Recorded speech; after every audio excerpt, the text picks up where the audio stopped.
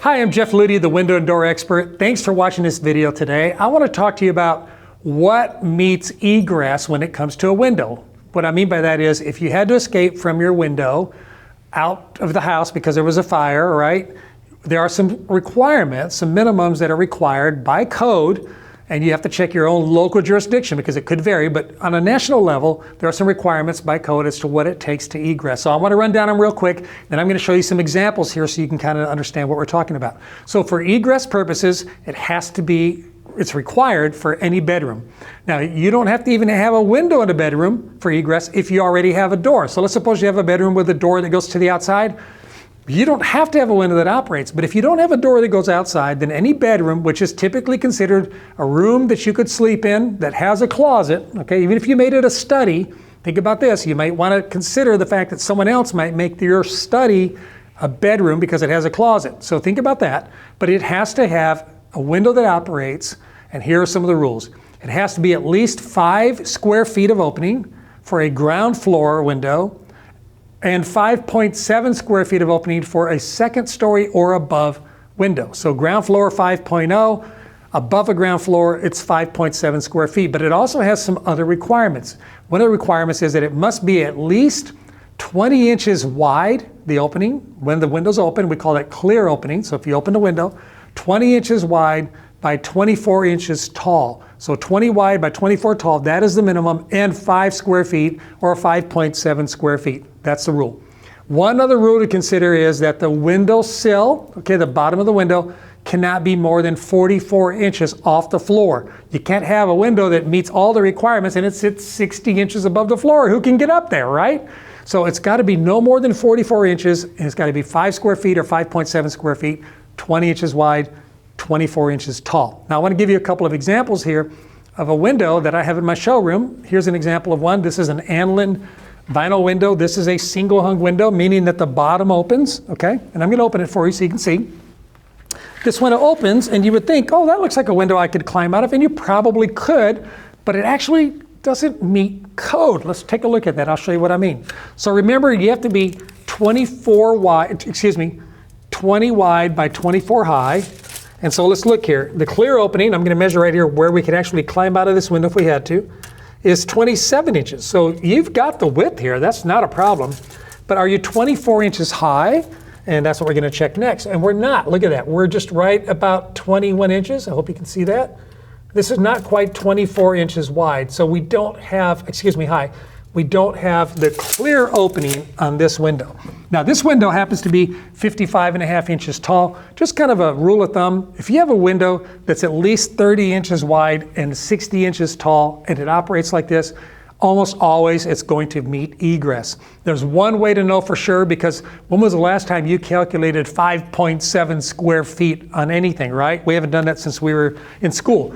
But one clear way to know for sure is when you talk to the person who's giving you a proposal for windows, when they build their proposal in their computer software program, there is a category there that they can select that will let them know whether or not this window meets egress.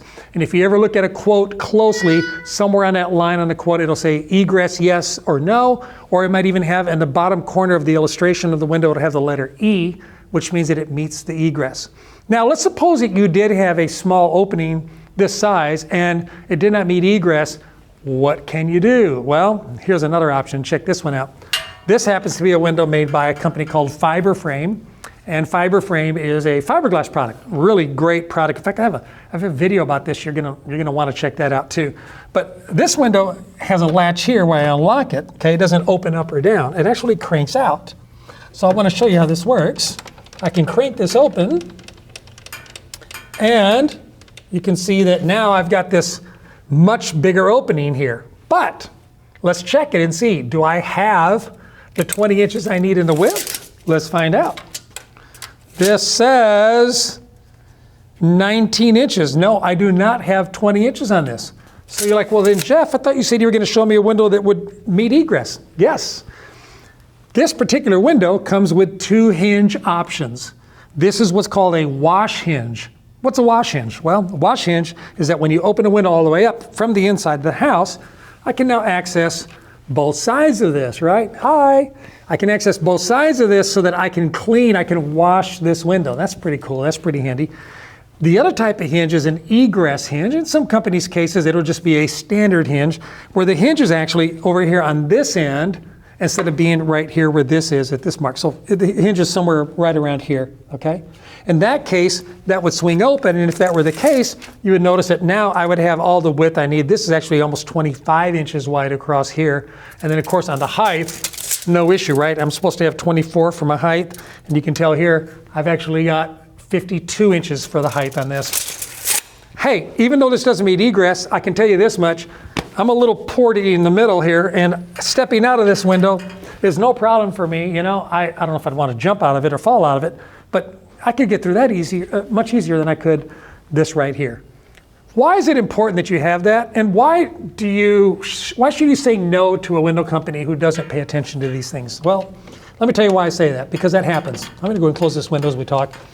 You know, I have run into cases before where I'm not the only person at someone's house talking to them about buying windows, and they say to me, Jeff, this company said, hey, you don't have to worry about tempering that window. You don't have to temper it. Or, oh, you don't need to worry about that one being egress. It's good enough, it's close enough, no one's ever gonna inspect it. Well, I care about that. Why? Because I don't want you to get trapped in your house and have a fire and get hurt or possibly die. But even on top of that, what can happen is if you buy a window from somebody and it doesn't meet egress or it doesn't have the tempering requirements on it, when you go to sell that house, there's a real good chance that an inspector, and this happens because we get calls like this all the time, an inspector is going to say, this window doesn't meet egress. Now you've got to go spend money to replace a window that you already replaced a few years ago so you can sell this house, or you're going to have to knock some money off the price of the house so the new buyer can go and get that done. That's one issue. The second issue is if someone did get hurt in your house and you got sued for it, that's going to be very expensive because you willingly decided I'm not going to buy with code when it comes to replacing my windows. I don't want that for you. I don't want that for me.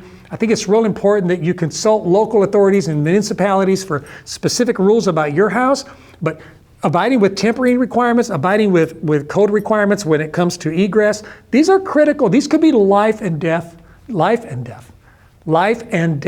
decisions for you. And I think they're really important. Okay. I've got some more videos down below that you might enjoy that pertain to this type of conversation. I got some ideas for you about how you can save money on buying windows, okay, but never save money by skimping on egress. I think you're going to regret that. Thanks for watching. Don't forget to subscribe and like, and if you're in the Houston area, come by our showroom. Check out our brands of windows here. We have over a dozen brands to choose from. If you're not in this area and you're looking for a great window company, check out jeffslist.com. I may know somebody near you. Thanks for watching. Have a great day. I'll talk to you again real soon.